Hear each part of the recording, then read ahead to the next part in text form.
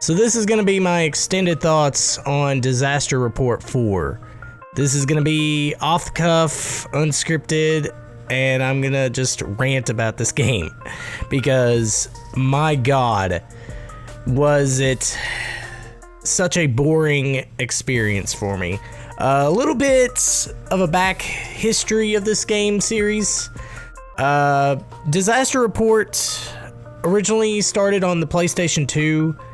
It came out here in North America as Disaster Report. It was a survival adventure game where you basically played through different campaigns, and whatever decisions you made in that campaign would affect the, characters in the other campaign. So it was really unique. I believe the original creator of the series, he wanted to make a, survival simulation game. That was the idea going into this. And it became a huge hit in Japan, which of course spawned many sequels. We ended up getting the second game, which is Raw Danger, on the PlayStation 2. I know it sort of sounds like a gay porno. I know the name, Raw Danger. But rest assured you, it's the sequel to Disaster Report. A lot of people don't know that, but it's the same gameplay. I think in Disaster Report, there was like only 5 stories. In Raw Danger, there's 6 stories. Then the third game came out only for Japan, on the PlayStation 3 and the PSP. We never got that game. And then Disaster Report 4 was being developed by Irem, the people that actually developed these games. What ended up happening was it got delayed, and then an earthquake happened. I believe this was around 2013, 2014. I'm not really sure. Just Wikipedia it. It's there. They were originally supposed to come out with this game on the PS3. Unfortunately, that never came to be because of the earthquake, which in result, Irem decided to just stop making games completely and focus on pachinko machines because it was costing too much money to make these games, and the earthquake really hit them hard. It really did. So they decided to sell the license of this series to NIS America, and that's how we got Disaster Report 4. I was really looking forward to this because I really like these games. I mean, there's a lot of potential there, especially with the story elements and the fact that, each choice you made in these campaigns affected, the characters of the other characters' campaign. So there's uniqueness to this. And not only that, you were able to collect things and, be able to survive. And it felt like an actual survival game. There was item inventory management and everything else like that. So that's what I was hoping that this game would do. It would incorporate most of the elements from the other games and just be a fun game. That's what I wanted here, just like the other games. But sadly, that wasn't the case when I streamed this last night. I was disappointed. Beyond disappointed, actually. I've heard that this game had performance issues from the reviews I've read on it. I mean, I wanted to give the game the benefit of the doubt and have high hopes for it. I really did, because I wanted to enjoy it. I mean, I can deal with performance issues. I played much worse. But this one, it's just unplayable. Like, most of the cutscenes play out fine. Some of them do, some of them don't. But the overall gameplay, after looking back at the footage and everything, god damn, this game runs awful. And it's on an Unreal Engine. On the Unreal Engine. Like, there's no way in hell this game should be running like this.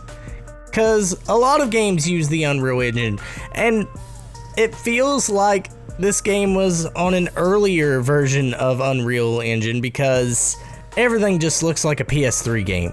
Like, this does not look like it belongs on the PC. It does not even belong on the PS4 or the Switch. The game looks awful.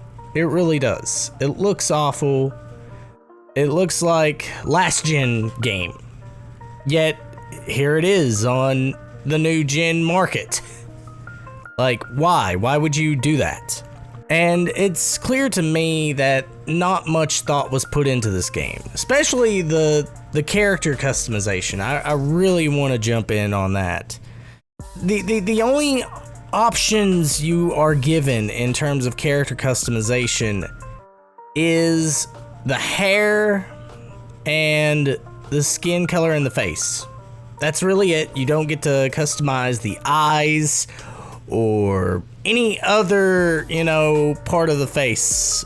I mean, you are given 6 different hairstyles depending on which gender you choose, male or female. It's just awful. Just awful, period. Not fun. And I was hoping they would give more to the character customization, because when I heard about this, I was like, so you get to create your own character. But no. You get to choose whatever options are available to you and create your character, which is not good. I mean, if you're going to have character customization, you should leave the options up to the player. Like, there should be more options. I mean, fuck, Skyrim is probably the most creative in terms of character customization. You could change the way the face looks, you could structure it. I mean, those options are available to you. But not in this game. Not in this game. There's no reason why they couldn't have put more effort into the character customization. But anyways, let's talk about the lack of a story. There's really no story at all. I mean, your goal is to just survive and help people. That's it. Or, I mean, there's decisions in the game, like the very start of the game, you're given decisions on what your goal is throughout the game. And most of the decisions you're given are the same choices. You want to go home, and I mean, it doesn't really matter what choices you make. I mean, there's good choices and bad choices you make. And depending on what choices you make throughout the game, you are given points. What do the points do? I don't know. I didn't really play enough of it to really care. Because when I got those points, I didn't know what they did, or they don't explain it to you at all. And what they could have done was take elements from the other games and actually make those choices affect the game itself. Or give us the option to create more characters, and whatever choices we made, it affected that character's campaign. I mean, I think it would have been a much better experience, because we're creating the experience. And we're making different goals for each of our characters. One character just wants to survive. The other character wants to get back to his family, or something along those lines. But no, I don't think that's the case here. I don't think they put much thought into that. And I'm for sure that they just decided to make this game as a cash grab, because they're charging you $60 for a game that barely functions, and that is not fun to play at all. Also, there's not much to do in this game, except do small missions like go grab some water for a guy, or escort a teacher and her sister, a teacher and her classmates to the other part of the city, to the school. Or perhaps one of the worst objectives in any video game, fetching some toilet paper. Yes, there is an objective where you have to get somebody toilet paper. But like I said, not much thought was put into this at all. And it just makes for a very boring experience. So that's my thoughts, really. I only played like 2 hours of it, and I just got sick of the performance issues, the lack of character customization, just the lack of anything.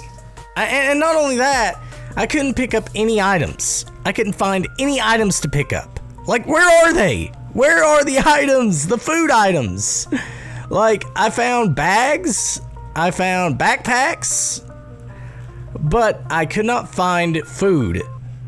I thought I picked up a sushi in that truck, but it turned out to be a compass.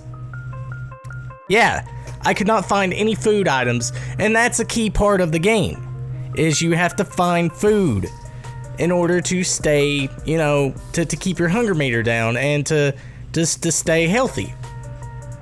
Like, you would think the amount of time that you put into the game that you would start to notice some status effects or anything like that. No, not at all.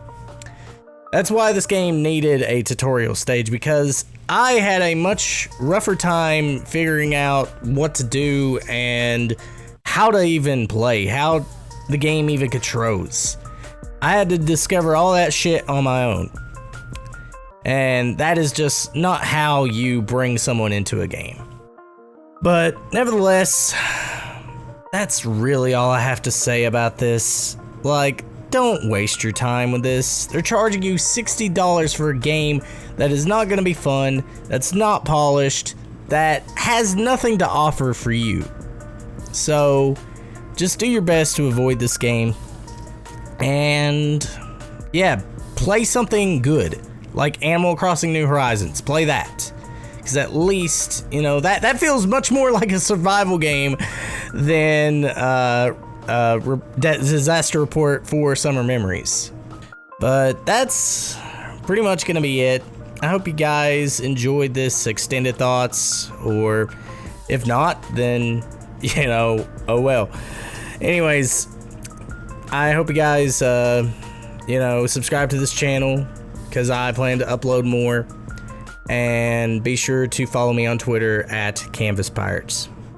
That's pretty much going to be it. You all enjoy the rest of your day.